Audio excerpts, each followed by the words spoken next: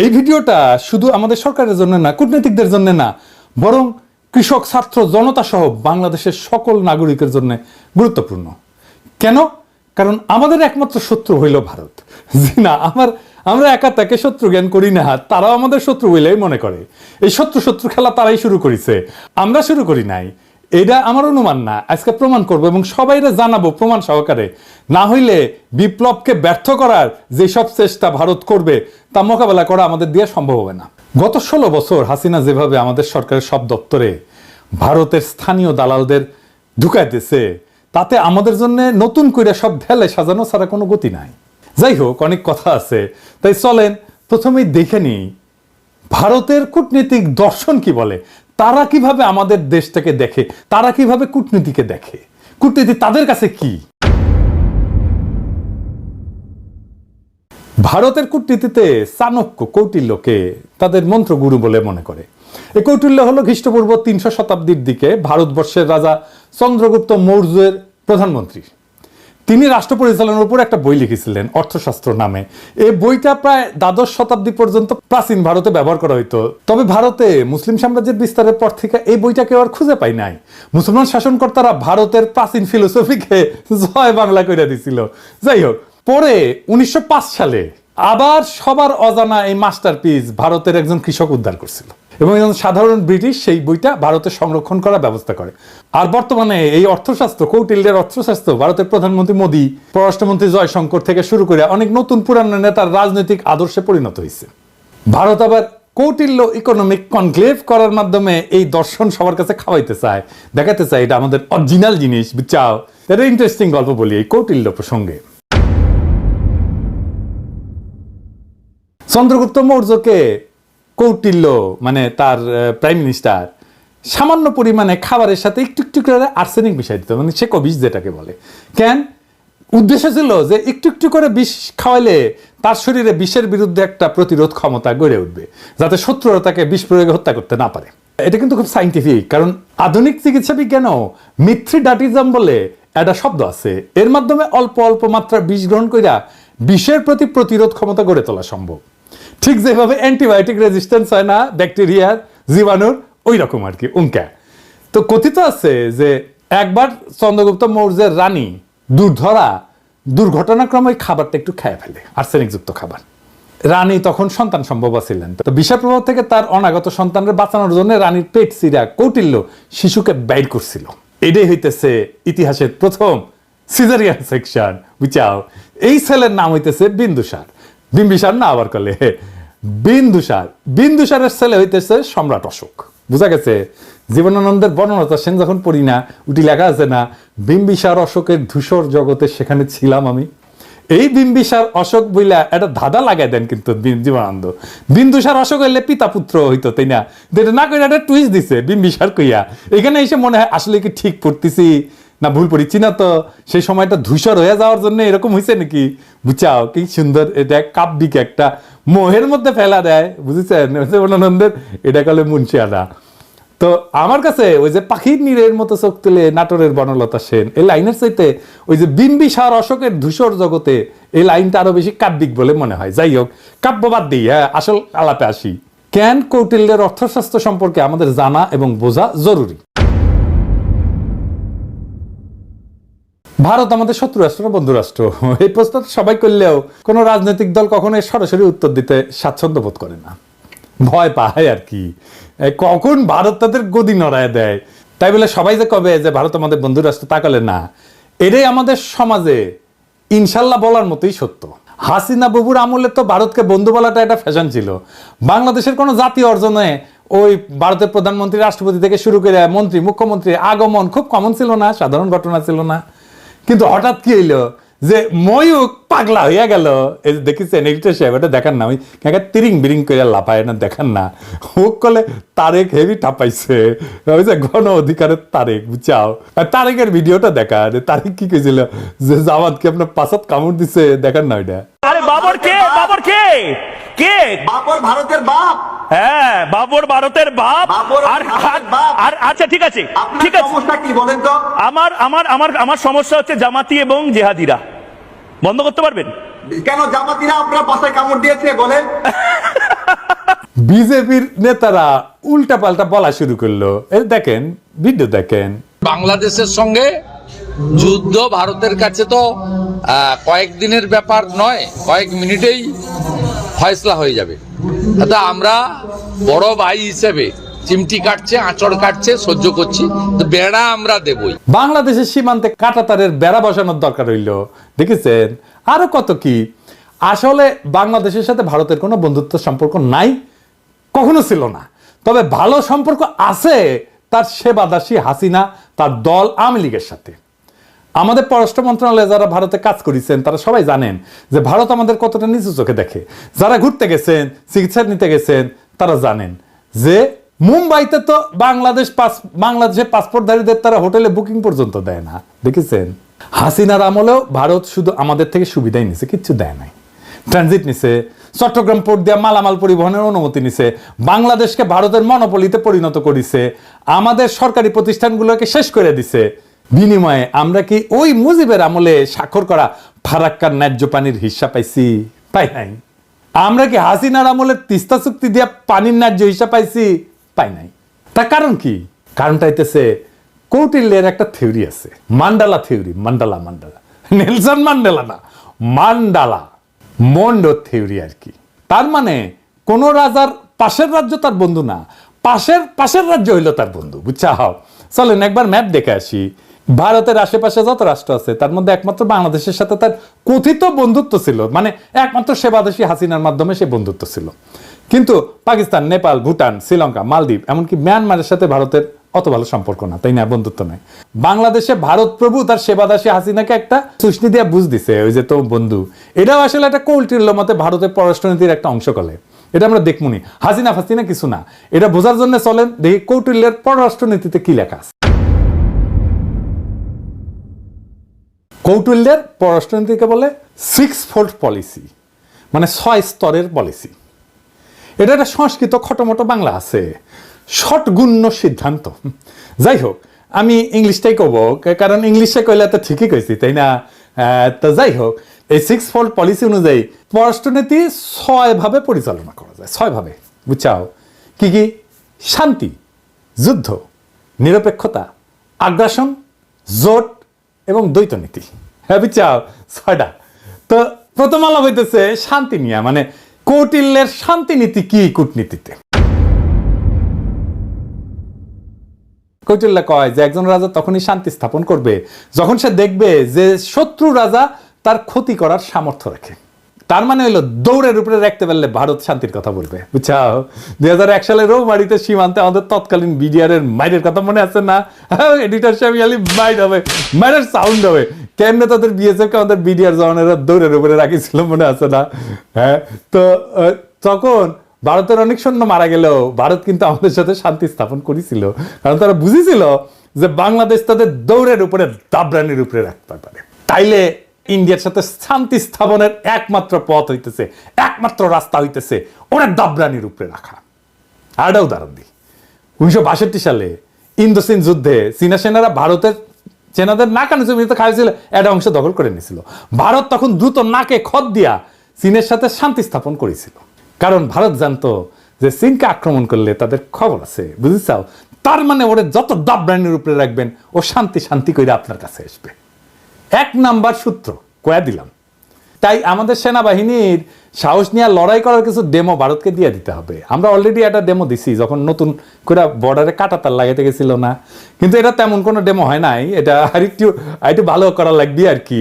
আবার ফাজলামি করলে না, রৌমারির কথা মনে করাই দিতে হবে, কলে মাথায় ঢুকাই দিতে হবে যে ভারতকে দৌড়ের উপরে রাখলে তারা শান্তির কথা বলবে।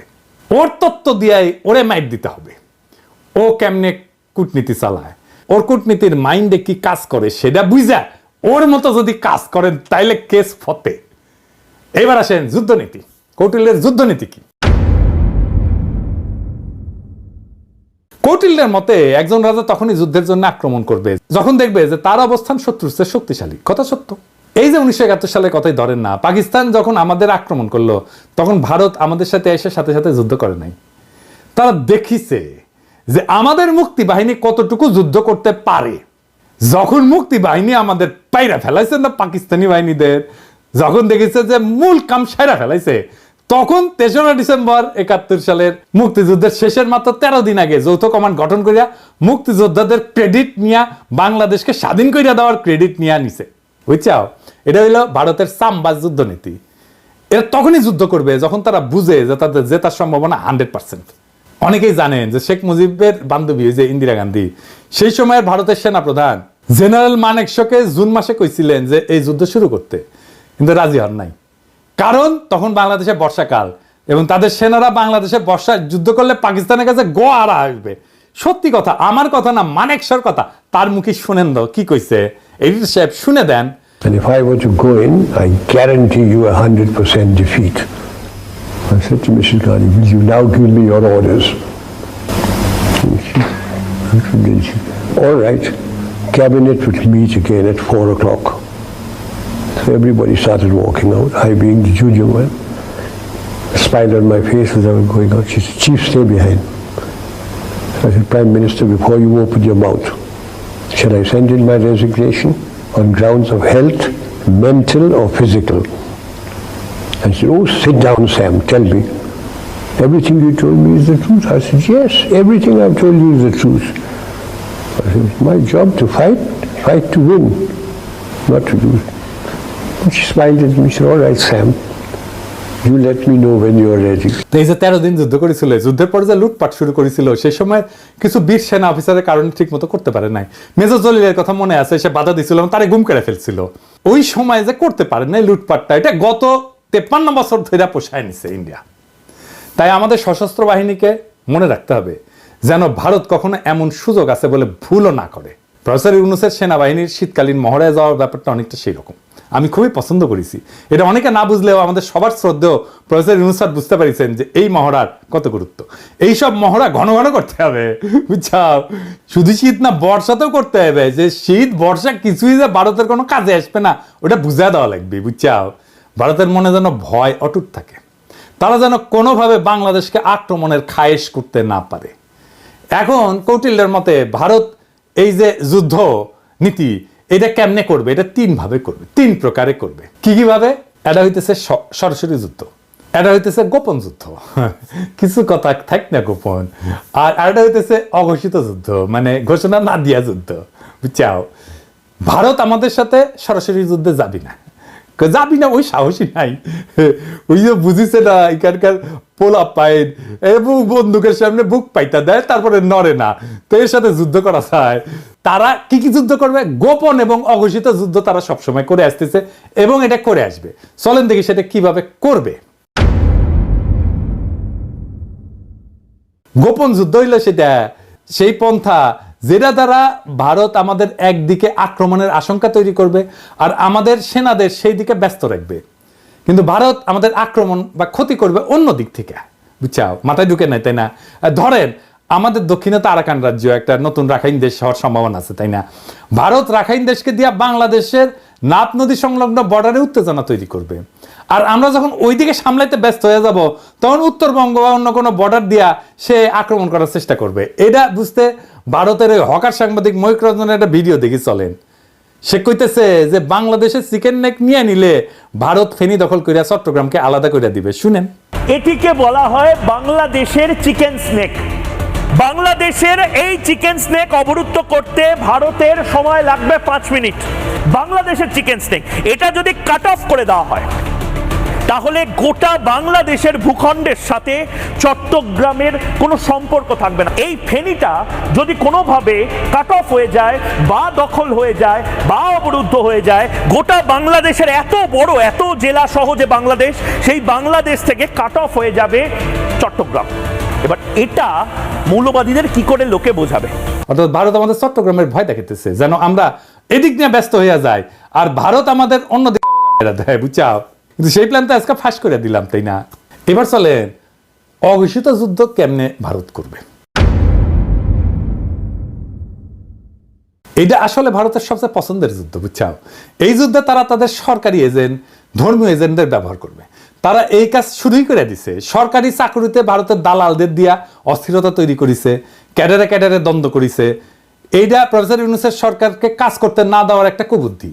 তাই আমি আগেও বলছি, এখনো বলি, ক্যাডারে ক্যাডারে দ্বন্দ্বের সমাধান করা জরুরি। এই ক্ষেত্রে কোনো কথা শোনা যাবে না, কঠোর হইতে হবে। যারা এই দ্বন্দ্ব ধৈর্য রাখতে চায় ওরা ভারতের দালাল। সবার অধিকার এবং প্রাপ্যতায় সাম্য দরকার।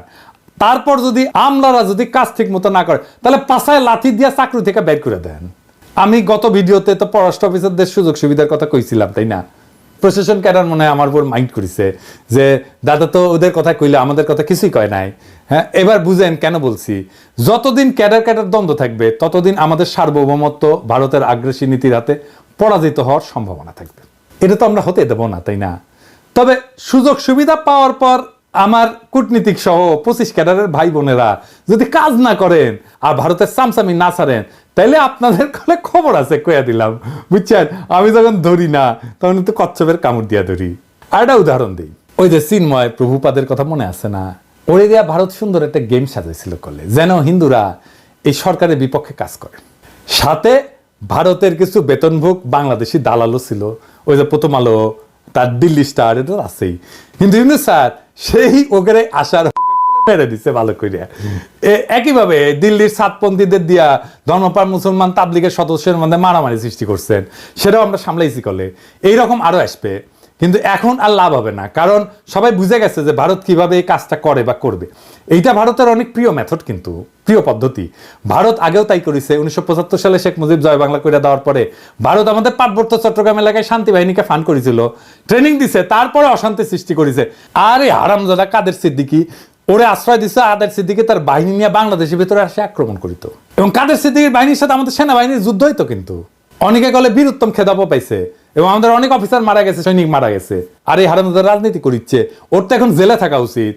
আবার দেখেন ওই যে শেখ মুজিব জয় বাংলা হওয়ার পরে যে শান্তি বাহিনীকে ফান্ড করেছিল না ইন্ডিয়া, আবার যখন কাটাল রানী 1996-তে ক্ষমতা এসেছে তখন ইন্ডিয়া আবার ওই সমস্যার সমাধান করে দিচ্ছে 1997 সালে, যেন আওয়ামী লীগ বাহবা পায় আর বাংলাদেশ তাদের হুকুমের দাসী হাসিনা দ্বারা পরিচালিত হয়। একই কাজ তারা শ্রীলঙ্কায় করেছে তামিল হিন্দুদের নিয়ে, নেপালে করেছে মাওবাদীদের নিয়ে, পাকিস্তানে বেলুচিস্তানে একই গল্প। বাংলাদেশে যেন তারা এই কাজ করতে না পারে সেই দিকে লক্ষ্য রাখতে হবে। বর্ণ, গোত্র, ধর্ম নিয়ে যারা লাভ দেবে, ঝামেলা করার চেষ্টা করবে, ইসলামকে বাংলাদেশে বিতর্কিত করার চেষ্টা করবে, এরা সবাই ভারতের দালাল, এটা মাথায় রাখতে হবে। এবার দেখি কৌটিল্যের নিরপেক্ষতা কূটনীতি কি। কৌটিল্য কাছে যদি কোনো রাজা মনে করে যে তার শত্রু রাষ্ট্রের ক্ষমতা তার সমান এবং এই ক্ষমতার সাম্য তাদের পারস্পরিক ক্ষতি হইতে বিরত রাখে, তবে রাজা সেই রাজ্যের প্রতি নিরপেক্ষ থাকে। মজার কথা মানে হইল, ভারত যদি মনে করে বাংলাদেশ তাদেরকে জয় বাংলা করে দিতে পারে যে কোনো সময়, তাইলে ভারত আমাদের সাথে নিরপেক্ষ আচরণ করার সিদ্ধান্ত নেবে। এই ধরেন 5ই আগস্টের পর আমরা যখন ইলিশ দেওয়া বন্ধ করেছিলাম তখন ভারতের বাহাদুরি কিন্তু শেষ হয়ে গেছিল। তো ওরা তখন আমাদেরকে তেল দিয়া, কালারানির প্রতি প্রেম কিছুটা বিসর্জন দিয়া আমাদের থেকে ইলিশ নিচ্ছে, আমরা দিছি। যদিও এই সিদ্ধান্তটা আমাদের অনেকে পছন্দ হয় নাই, কেননা আমরা সেই সিদ্ধান্ত বুঝে নিছি কিনা জানি না। তবে এখন এইসব চাল আমাদের বুদ্ধি করে চলতে হবে। ভারতকে বুঝাই দিতে হবে যে 1971 সালে আমাদের সহায়তা করার প্রতিদান অনেক গুণে আমরা দিছি, এখন আমরা আমাদের ন্যায্য পাওনা আদায় না করে আপনাদের কিছু দিব না।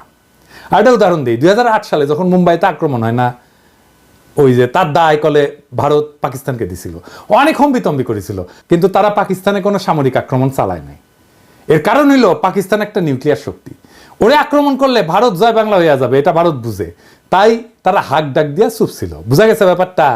শক্তিতে সমান সমান টক্কর দিতে হবে, টক্কর দেওয়ার ক্ষমতা আমার, টক্কর দেওয়ার ক্ষমতা আছে, এইটা বুঝাই দিতে হবে।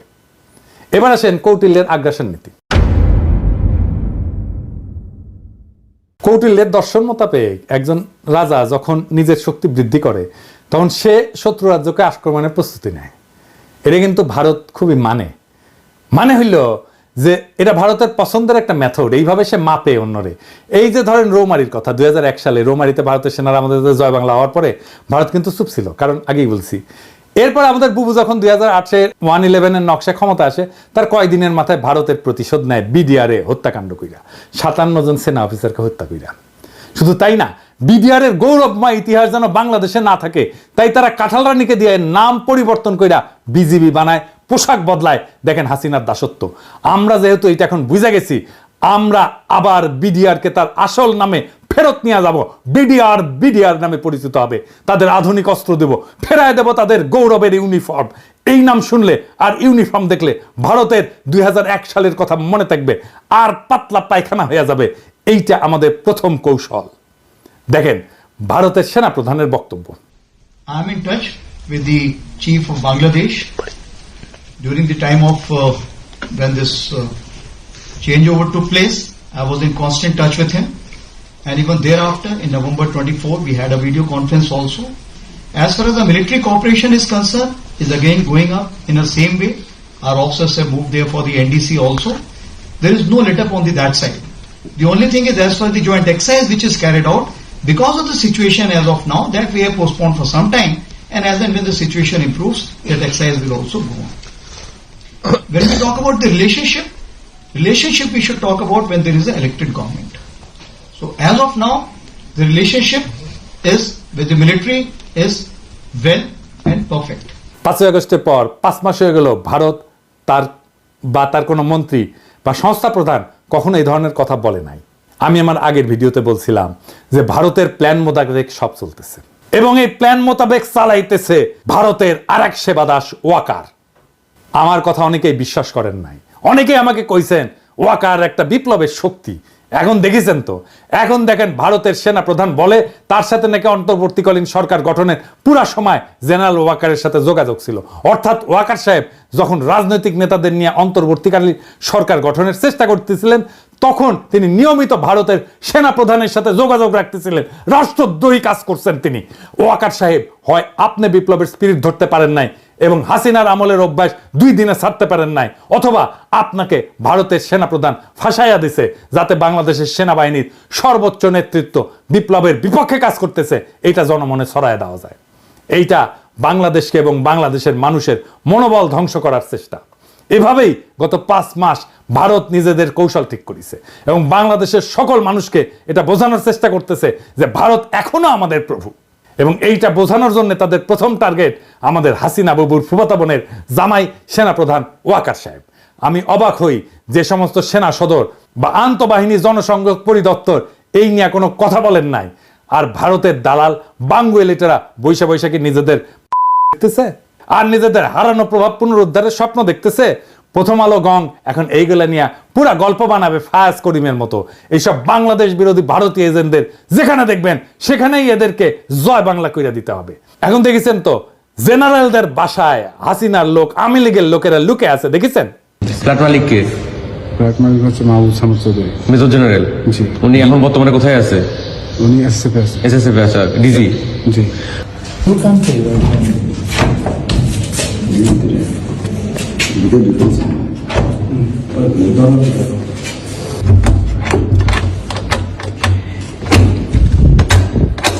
এক্সকিউজ মি, কেউ যদি থেকে থাকেন আসেন, কথা বলেন, বের হন, নাহলে আমরা কিন্তু দরজা ভাঙতে বাধ্য হব।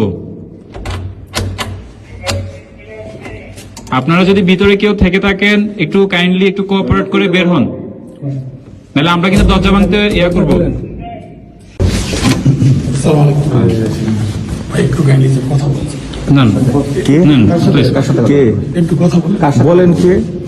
ভাই আমি তো স্যার আসলে সামনে আসেন, সামনে আসেন, সমস্যা নাই। বলেন। মহিলা বন্ধ করে আপনি একটু আসেন।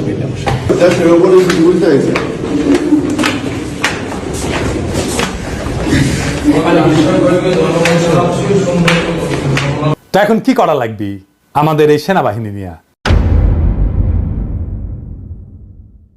এর মধ্যে আমাদের সামরিক সক্ষমতা এমনভাবে উন্নীত করতে হবে যেন ভারত আমাদের ভয় পায়। ভারতের সামরিক শক্তি আমরা জানি, সেটা ওয়াকার সাহেবও জানেন। সামরিক বিষয় তাই এখানে বলতে চাই না, আমার সাথে যোগাযোগ করলে পরামর্শ দিয়ে দিব। তবে এইটা বলতে পারি, আমাদের সশস্ত্র বাহিনীকে নতুন নতুন আধুনিক যুদ্ধ বিমান, ট্যাঙ্ক, যুদ্ধ সরঞ্জাম কিনতে হবে। মাঝে মাঝে সে সমস্ত মাল দিয়া একটু প্রশিক্ষণ করে তো ফুটাতে টুটাতে হবে আর কি, বুঝছাও? আর বলিছি একটা সাইবার ব্রিগেড করতে হবে আমাদের শক্তিশালী, তাইলে আমাদের পাতলা পায়খানা চলতে থাকবে। ভারত কিন্তু ফ্রান্স থেকে রাফেল কিনেছে, রাশিয়া থেকে কিনেছে সুখোই যুদ্ধ বিমান। আমাদের তো রাশিয়ার ফ্রান্সের সাথে সম্পর্ক ভালো, যুক্তরাষ্ট্রের সাথেও ভালো, তুরস্কও আছে। ভারত এতদিন আমাদের আধুনিক যুদ্ধ সরঞ্জাম কেনার ব্যাপারে ভেটো দিয়ে আসছে করলে, এখন বুঝতে পারছেন তো কেন তারা ভেটো দেয়? এই কূটনীতির কারণে। কারণ ওরা চায় আমরা যেন সমরে শক্তিশালী হইতে না পারি এবং তাদের সেবা দাসী হিসেবে থেকে যায়। এরপরে আসেন কৌটিল্যের কূটনীতিতে জোট নীতি কি। কৌটিল্য বলে দিছে যে যখন রাজায় যুদ্ধ করবে না তখন সে অন্য শক্তিশালী রাজ্যের সাথে জোট গঠন করবে এবং নিজেকে সেই শক্তিশালী রাজার হাত থেকে নিরাপদ রাখবে। ভারত কিন্তু এই কামটাও ঠিক মতো করে, মানে কৌটিল্যকে মাইনে চলে আর কি। এই যেমন ধরেন ভারতের সামরিক সহযোগিতার সম্পর্ক আছে রাশিয়া, ইসরায়েল আর যুক্তরাষ্ট্রের সাথে। এই 3 দেশ চাইলে যে কোনো সময় ভারতকে জয় বাংলা করে দিতে পারে। আবার লক্ষ্য করলে দেখবেন যে এই 3 দেশের সাথে যাদের শত্রুতা, ভারত কিন্তু তাদেরকে শত্রু মনে করে। এই 3 দেশের কমন শত্রু হইল মুসলিম দেশগুলা। ভারত এদের সাথে সন্ধি করার মানে হইল ভারত এদের সাথে মিলা মুসলিম বিরোধী শক্তি গঠন করতে চায়। ভারত এইসব দেশ থেকে সমরাস্ত্র কেনে, এদের সাথে মিলিটারি তথ্য আদান প্রদান করে। আমরা হয়তো ইসরায়েলের সাথে সম্পর্ক করতে না পারলেও বাকি 2 দেশের সাথে পারবো, সেই অবস্থা আমাদের আছে। আবার কাঁঠাল রানী যেইভাবে আমেরিকার সাথে সম্পর্ক খারাপ করেছিল, তাতে এটা পরিষ্কার যে হাসিনা ভারতের নীল নকশা বাস্তবায়ন করেছে যেন বাংলাদেশের সাথে আমেরিকার সম্পর্ক ভালো না থাকে। আমরা এদের সাথে সম্পর্কের পাশাপাশি চীন, পাকিস্তান, সৌদি আরব, ইরান, তুরস্কের সাথে সামরিক সম্পর্ক তৈরি করব। এরা কেউ ভারতের সাথে সন্ধি করবে না, কিন্তু আমাদেরকে এরা ভালোবাসে, ঠিক কিনা বলেন? আমাদের সাথে সন্ধি করবে। এই সন্ধিগুলা হইলে তখন দেখবেন যে জয়শঙ্কর বাবাজি আর অজিত দোভাল কিভাবে দৌড়ের উপরে থাকে। আমাদের সামরিক কেনাকাটাগুলা আমরা এইসব দেশ থেকে করব। আর আমেরিকা, রাশিয়াকে সাথে নিতে হবে। এরা কিন্তু হিসাবি দেশ, এদের থেকে সমরাস্ত্র না কিনলে এরা আপনাকে কোনো সাপোর্ট দিবে না। ভারতে রাফায়েল আছে, আমরা F-16 কিনতে পারি। আবার ফ্রান্সের রাফায়েল অথবা রাশিয়ার সুখয় কিংবা চীনের চেংদু J-10 চার্লি কিনতে পারি, তাই না? তবে ফ্রান্সের রাফায়েল কিনলে আমি এনা খুশি হমনি, তাই না? আমাকে এত আশ্রয় দিছে না ফ্রান্সের সরকার, ওদের কিছু করা লাগে না, আমাদের তো একটা দায়িত্ব আছে, কি বলেন?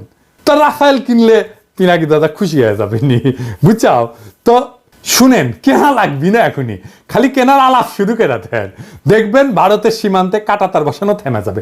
আমি গ্যারান্টি দিচ্ছি, লিখে দিচ্ছি, না হইলে আমার এসে কইেন। আলাপ শুরু করেন খালি, দেখেন তাদের রাষ্ট্রদূতের দৌড়াদৌড়ি শুরু করে দেবে ওই দেশে। তখন ওরাও ভারতকে তাদের ব্যবসার মধ্যে না আসার পরামর্শ দিয়ে বসায় দিবে। পাকিস্তানে আমাদের সামরিক কর্মকর্তাদের সফর একটা ভালো সংবাদ শুনলাম, তাদের থেকে J-71 যুদ্ধ বিমান কেনার আলাপ চলতেছে। বাংলাদেশ কিনলে তারা খুশি হবে। দক্ষিণ এশিয়াতে ভারত একটা সিপাই থাকবে। এইবার আসেন কৌটিল্যের দ্বৈত নীতি, এই জিনিসটা আবার কি? এটা সবচেয়ে মজার থিওরি। এটার মধ্যে একজন রাজা একই সময় একজনের সাথে যুদ্ধ আর একজনের সাথে সন্ধি, বুঝছাও? মানে হইলো ভারত একসাথে 2টা যুদ্ধ করতে পারবে না, করবেও না, কখনোই না। দেখবেন যখন পাকিস্তানের সাথে যুদ্ধ খেলে তখন অন্য কারোর সাথে সেই খেলা দেখায় না। গত 16 বছর তো আওয়ামী লীগ ভারতকে বাম্পার সুবিধা করে দিছিল। বাংলাদেশ তো তাদের দখলেই ছিল, তাই না? ভারত নিশ্চিন্তে অন্যদের সাথে ঝামেলা করে রেখেছে। এখন তো সেই মজা আর নাই। এখন আমরা ভারতের শত্রু সকল দেশের সাথে আলাদা আলাদা করে সম্পর্ক তৈরি করব। আধুনিক বিশ্ব ব্যবস্থায় সম্পর্কের অন্যতম মাধ্যম হইল ব্যবসা এবং বাণিজ্য, এই সম্পর্ক জোরদার করা। এইবার আসেন আমাদের ভারত নীতি কেমন হবে, কি দিয়ে আমরা ভারতকে সাইজ করতে পারবো, ওরা দৌড়ের উপরে রাখতে পারবো, প্রত্যেক দিন দাবরানির উপরে রাখতে পারবো। এটা আমাদের জানা দরকার না? আসেন দেখি। অনেকে মনে করে আমরা ছোট দেশ, ভারত ছাড়া আমরা চলতে পারবো না। আরামজাদা, চলতে পারি কিনা তুই দেখ আমাদের দায়িত্ব দিয়ে দেখ পারি কিনা। আমি প্রফেসর ইউনূসকে কইব যে আপনি অনতিবিলম্বে সার্কের কার্যক্রম চালু করেন। দরকার হলে বাংলাদেশ সম্মেলনের ডাক দিবে, আয়োজন করবে, এতে সকল দেশের সাথে বাংলাদেশের সম্পর্ক উন্নত হবে। ভারত আসতে যাবে না জানি, কারণ তারা পাকিস্তানের সাথে এক টেবিলে আলোচনায় বসবে না। আমাদেরকেই সুযোগটা নিতে হবে। এই জন্যেই আমরা ভারতকে ছাড়াই সার্কের কাজ শুরু করব। দক্ষিণ এশিয়াতে ভারতের মহাজনগিরি ছুটাই দিতে হবে। দক্ষিণ এশিয়াতে পাত্তা না পেলে ভারতকে আর কোনো দেশই পাত্তা দিবে না। ভারত নিজেদের অনেক বড় হ্যাডম ভাবে। দেখেন তাদের পররাষ্ট্রমন্ত্রী কি বলে। I mean, I think I'm 1/5 of the world's population. I am what today the 5th or 6th largest economy in the world. I mean, forget the history, civilization bit. Everybody knows that. But I think I'm entitled to have my own side. I'm entitled to weigh my own interests, make my own choices, and my choices will not be cynical and transactional, but they will be a balance of my values and my interests. There is no country in the world which disregards its interests. SAARC চালু হইলে দেখবেন ভারতের পায়জামা ঢিলা হয়ে গেছে, ওর ফিতা খুঁজে পাচ্ছে না। সাথে আমরা অবজারভার হিসেবে নিব চীন, রাখাইন, এইসব দেশকে, তারা খুশি হবে। আফগানিস্তানকে নিব, রোহিঙ্গা সমস্যার সমাধানে নতুন গতি আসবে। আর ইন্ডিয়াকে আমরা বাস দিতেই থাকবো। আগে কইছিলাম যে ভারত তার কোনো প্রতিবেশী দেশকে বন্ধু মনে করে না। আমরা ভারতকে বন্ধু মনে করার কোনো ঠেকা নেই আছে, ওরাই তো মনে করে না।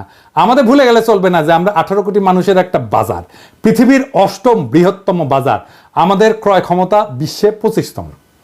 আমাদের এইখানে সবাই তার পণ্যের বাজার করতে চাইবে, সবাই। আওয়ামী লীগ বাংলাদেশকে ভারতের একক বাজারে পরিণত করছিল। বিগত 5 বছরে, বিশেষ করে কোভিডের পর ভারত থেকে আমাদের আমদানি কতটা বাড়িছে দেখেছেন? দেখেন, শুধু 2022 সালে ভারত থেকে বাংলাদেশ আমদানি করেছিল $14 বিলিয়ন, আর যেখানে বাংলাদেশ থেকে ভারত আমদানি করেছিল মাত্র $2 বিলিয়ন। মানে হইল হাসিনা বাংলাদেশের টাকায় ভারতের কোভিড থেকে হওয়া ক্ষয়ক্ষতি মিটানোর ঠিকানি ছিল। না হলে ভারতের এত দুঃখ কারণ দেখি না। ভারতের সাথে আমাদের ব্যালেন্স অফ ট্রেড হবে সমান সমান, লাগলে আমাদের পক্ষে বেশি হবে, কারণ ভারতের জনগোষ্ঠী আমাদের 10 গুণ। আমরা যা ভারত থেকে কিনবো ভারতের আমাদের 10 গুণ কিনতে হবে আমাদের কাছ থেকে। ভারত আমাদের থেকে সমান সমান আমদানি না করলে আমরা ভারত থেকে পণ্য আমদানি বন্ধ রাখবো। ভারত থেকে আমরা সবচেয়ে বেশি আমদানি করি তেল, তুলা, পশুখাদ্য, মোটরযান ইত্যাদি। এইগুলো আমাদের নিকটবর্তী দেশগুলো থেকে সহজে আমদানি করা সম্ভব। আমরা এই সেক্টরগুলোতে চোখ রাখবো, আর এই সেক্টরগুলোতে ভারত থেকে আমদানি বন্ধ না করা হইলে আমরা দরকার হলে রাস্তায় নামবো, আবার সংগ্রাম করব। মেসেজ ক্লিয়ার, ভারতের একচেটিয়া আমদানি বাদ। লাগলে চীন থেকে আমদানি হবে, লাগলে রাশিয়া থেকে আমদানি হবে, ওদের সাথে ব্যালেন্স অফ ট্রেডের অবস্থা ভালো না। তবে ভারতের শত্রু আমাদের বন্ধু হইতেই পারে, আর আমাদের সাথে ফাইজলামি করলে আমরা চীনকে দিয়ে ভারতের কান চুলকাইতে পারবো। তখন ভারত বুঝবে যে কৌটিল্য আমরাও বুঝে গেছি, বুঝছাও। আর বুঝেছেন তো, আমি তো কইছিলাম যে রাশিয়া থেকে ট্রাক কেনা লাগবে। এই যে দেখেছেন না ট্রাক কত সুন্দর, দেখেছেন? রাশিয়া থেকে ট্রাক কেনেন, ইন্ডিয়ার ট্রাক দিয়ে কি করবেন? দেখেছেন, মুখে হাসি ফুটেছে। এই যে আমার ক্ষুদ্র ভাতারা খুশি হয়ে গেছে রাশিয়ার ট্রাক দিকে। তা আমাদের ভারত নীতি খুব সোজা। 1971-এর পর থেকে আওয়ামী লীগ যে যে চুক্তি করেছে ওইগুলো আমাদের পুনর্বিবেচনা করতে হবে। ভারত যদি কোনো চুক্তি না মানে তাহলে আমরা সব চুক্তি বাতিল করে দেব। ভারত বাংলাদেশের 64টা অভিন্ন নদীর একটা নদীতে যদি ঠিক মতো পানি না আসে তাহলে ভারতের ট্রানজিট বন্ধ করে দেওয়া হবে। সীমান্তে ওদের শাকসবজি কাঁচামাল যেন পয়সা নষ্ট হয়ে যায়। একবার এই কাজ করে দেখেন, দেখবেন ভারত কিভাবে সোজা হয়ে থাকে। আমরা যেভাবে হাসিনার রেমিটেন্স বন্ধ করে দিছিলাম না, ঠিক সেইভাবে ভারতের বাংলাদেশ থেকে উপরি কামাই যদি বন্ধ করে দেন তাহলে দেখবেন সোজা। ভারতে কেউ শপিং করবেন না, ভারতে কেউ চিকিৎসা করতে যাবেন না। ভারতের টিভি চ্যানেল বাংলাদেশে চালানো হলে বাংলাদেশের টিভি চ্যানেলগুলো ভারতে চালাতে দিতে হবে। আমাদের টিভি চ্যানেল টাকা দিয়ে কিনতে হবে ওদের। এই বাজার হারানোর ভয় ভারতের মধ্যে ঢুকলেই দেখবেন সব ঝরঝরা। সেদিন দেখলাম বাংলাদেশ সরকার ভারত থেকে 1137 কোটি টাকার ডিজেল কিনবে বলে সিদ্ধান্ত নিচ্ছে। কি আর করবো, কি আর বলবো, বুঝতে পারছি না। জুলাই বিপ্লবের পরে আমাদের প্রায় 2000 ছাত্রছাত্রী পান হারাইলো ভারতের সেবাদাসী হাসিনার পুলিশের গুলিতে। এখন আমাদের ডিজেল কেনার জন্য আর ভারত ছাড়া কারোর চোখে পড়ে না। তো এই জ্বালানি উপদেষ্টার সাথে আমার অনেক বন্ধু বান্ধব ওনারা সম্মান টন্মান করে, সেজন্য কিছু কইছিলাম না এতদিন। কিন্তু বুঝেন জ্বালানি উপদেষ্টা সাহেব, কামটা আপনি খুব খারাপ করেছেন। আপনারা ওয়ার্নিং দিলাম, ডিজেল কেনার জায়গা পান না আপনি। হ্যাঁ, আরো তো 6টা দেশ থেকে তো ডিজেল তেল কিনতেছেন। এই যে দেখেন তো, ওই 6 দেশ থেকে ডিজেল কেনা যেত না কেন? ভারত থেকে তেল কেনার দরকার পড়লো, কুরকুরানিটা কই? জ্বালানি উপদেষ্টা সাহেব, আপনাকে জাতির সামনে এই প্রশ্নের উত্তর দিতে হবে। সামে সিকনে প্রচুর কাম করিচ্ছেন কলে, নাইলে বিপ্লবী জনতা আপনাকে কেন বিশ্বাস করবে? ইউনূস স্যার, আপনি কি এই ব্যাপারে জানেন নাকি বিএনপির সাথে সমঝোতা হওয়ার পর এখন বিএনপির চাপে আপনারা এই সিদ্ধান্ত নিতেছেন? নিলে জানান, আমরা তো আছি। যেই দল গত 10 বছরে মুরগির ক্ষোভ থেকে বাইরে হতে পারে নাই, সেই দল এখন নিজেদের জুলাই আন্দোলনের মাস্টার মাইন্ড বলে, আবার ক্ষমতা আসার জন্য ভারতের সাথে আতাত করে যেন ভারতের প্রভুত্ব বাংলাদেশে টিকে থাকে। এমনিতে আপনাদের জনসমর্থন কেমন এটা তো বুঝতে পারছেন। মানে ওই দলকে কইতেছি যে আসতে চায় ক্ষমতায়, তারপরে যদি ভারতের দাস হিসেবে পরিচিত পান তাহলে ক্ষমতা আসলেও সে ক্ষমতা ধরে রাখতে পারবেন না। হাসিনারে নামাইতে যদি 36 দিন লাগে, আপনারা 36 ঘন্টায় নামায় দেওয়া যাবে। খুব সাবধান, এটা ইন্টারনেটের যুগ, উন্নত প্রযুক্তির দুনিয়া, কিন্তু সরকার চালানোর অভিজ্ঞতা আপনাদের নাই। আমরা জানি কিভাবে কি করতে হয়, আপনাদের চেয়ে আমরা অনেক ধাপ আগে। আমাদের সাথে পরামর্শ করেন, নইলে কি করতে গিয়ে কি খায়া ফিরে আসবেন তা কিন্তু বুঝতে পারবেন না। ভারতে আমাদের সব কাজ স্লো করে দিতে হবে, দূতাবাসে আমাদের লোকের সংখ্যা কমাই দিতে হবে। পররাষ্ট্র উপদেষ্টা এই জিনিসটা ভালো করে খেয়াল রাখবেন। ওই লোক দিয়ে আমাদের আসন্ন বন্ধু দেশের মিশনগুলোকে শক্তিশালী করেন। ভারত আমাদেরকে ভিসা না দিলে আমরা ভিসা দিব না। আমাদের দূতাবাসে আক্রমণ করলে আমরা ওদের শান্তিতে থাকতে দেবো না। ইউনূস স্যার তো ভদ্র মানুষ, আপনি না পারলে আমাদেরকে বলবেন, আমার ক্ষুদ্র ভাতা এবং ভগিনীরা ভারতের পাশে আগুন ধরায় দিবে, লাগলে জায়গা মতো আগুন ধরায় দেব। আমাদের কোনো সরকারি কর্মকর্তা ভারতে প্রশিক্ষণে যাবে না। কেন যাবে না জানেন? আসেন বলি। কারণ এইসব প্রশিক্ষণ দিয়ে এতদিন ভারত আমাদের সব অফিসারদের প্রোফাইল বানিয়েছে, বুঝছেন? তাদের কার কি পছন্দ অপছন্দ, কারে পয়সা দিলে হবে, কারে মেয়ে ধরাই দিতে হবে, তা সব জানে। এবং এই কাজ করেছেও কিন্তু। এই যে সানিউল কাদের দেখেছেন না, ধরা খেয়েছিল, তারা ইউএনএদেরকে ডিসিদেরকে নিয়ে গেছে দেরাদুনে, কূটনীতিকদেরকে পড়াইছে দিল্লিতে। তাই আমাদের সরকারি অফিসারদের বিশেষ করে যারা ভারতে প্রশিক্ষণ নিছে তাদের শুদ্ধি পরীক্ষা নিতে হবে, এবং এরা সব কয়টা বিক্রি হয়ে গেছে। আমাদের অফিসাররা ভারতে প্রশিক্ষণে গেলে তাদের অফিসারদেরকেও আসতে হবে এখানে। এটা অবশ্য ফরেন সার্ভিস একাডেমি করে, তবে এটা আরো বেশি করা দরকার। ভারতের অফিসারদের প্রোফাইল তৈরি করতে হবে, এবং এর একই সাথে আমাদের চরিত্র ঢিলা অফিসারগুলো আছে না, ওদের আপাতত কাজ করা বা পদায়ন থেকে বিরত রাখতে হবে। নইলে তারপর 2 পেগ মেরে আবার হোয়াটসঅ্যাপে ফ্যান খুলে দিবে, ভারত সেই সমস্ত ছবি জোগাড় করে তাদের দিয়ে গুপ্তচরগিরি করাইবে, বুঝছো? এটা ওদের একটা পলিসি করে। এখন আপনারা যেহেতু ভদ্রলোক, সেই জন্য সুশীল, সেই জন্য আপনারা ওদেরকে দূরে রাখেন যাদের চরিত্র ঢিলা। আমি যদি ফরেন মিনিস্টার হইলাম ইনি, তাইলে ওই হানি ট্র্যাপ ফেলা ইন্ডিয়ার মায়াগরে তাদের ডাবল প্রমোশন দিলাম ইনি। ইন্ডিয়া হানি ট্র্যাপে ফেলানো ছাড়া আর কিছু পারে না। তাই তাদের এই হানি ট্র্যাপ আইডিয়া জয় বাংলা করে দিতে হবে। যখন কইতে পারবেন পারলে আরো পাঠা, তোর দেশে মায়েরা আমার কাছে আসে কেন, তুই পারিস না তো আমি তোরে সাহায্য করতেছি, আরো পেটে দিস বান্দা হাজি, সেই দিন তাদের এই অস্ত্র আর কাজ করবে না। তাদের দর্শন, তাদের ফিলোসফি তাদের বিরুদ্ধে প্রয়োগ করা লাগবে। তখন কইবেন যে পিনাকি যা কইছিল তার কতটা সত্যি, যদিও পিনাকি বাংলাত কছে, বগুড়ার ভাষাত কছে, তাও কলে এটা সত্য কইছে। তাই ভারতে আমাদের সকল সরকারি কর্মকর্তার ট্রেনিং বন্ধ, একেবারে ফুল স্টপ। এবার আসেন শেষ কথা। পররাষ্ট্রনীতিতে শেষ কথা বলে কিছু নাই। এক দেশ নিয়ে পলিসি করাটাও বিপজ্জনক। এক দেশের সাথে সম্পর্ক স্থাপন করা শুধু সেই 2 দেশের ব্যাপার না, অনেক বিষয় মাথায় রাখতে হয়। তবে ভারত যেহেতু স্পেশাল ভাবে আমাদের গত 53 বছর লুট করে গেছে, তাই আমাদের এখন সময় আসছে ভারতকে নিয়ে ভাবার, নতুন কইরা পলিসি তৈরি করার। কৌটিল্য ভারতের আইডিওলজিক্যাল গুরু কলে, তবে এমন গুরু ওদের অনেক আছে, কিন্তু কৌটিল্যের ব্যাপারটা একটু আলাদা। তাই ইউনূস স্যারকে আমি বলবো, আপনাদের সব সরকারি কর্মকর্তাদের কৌটিল্য পড়ান, বই পড়তে বলেন, পরীক্ষা নেন। ভারত যেভাবে আমাদেরকে সাইকোলজিক্যালি করাপ্ট করেছে না, আমরা এখন ওদের সাইকোলজি শিখবো তাদেরকে করাপ্ট করার জন্য। আজকেই আর ফল আসবে না, কারণ সরকারে তাদের অনেক গোপন সেবাদাসী আছে। তবে এইভাবে আগেলে আশা করা যায় আমরা 5-10 বছরের মধ্যে আমাদের হারানো মেরুদণ্ড আবার ফিরে পাবো। আর আওয়ামী লীগ হইল ভারতের দাস, দেশের শত্রু। এটা আজ আবার প্রমাণ করলাম, এটা দর্শন দিয়া করলাম। এইবার অনেকে তো বলে যে পিনাকি না বুঝেই বলে, তাদের জন্য সমালোচনার আহ্বান রইল। ভারতের পররাষ্ট্রনীতি আমি যেভাবে খুলে দেখাই দিলাম, এটার বাইরে কোনো কথা আছে কিনা।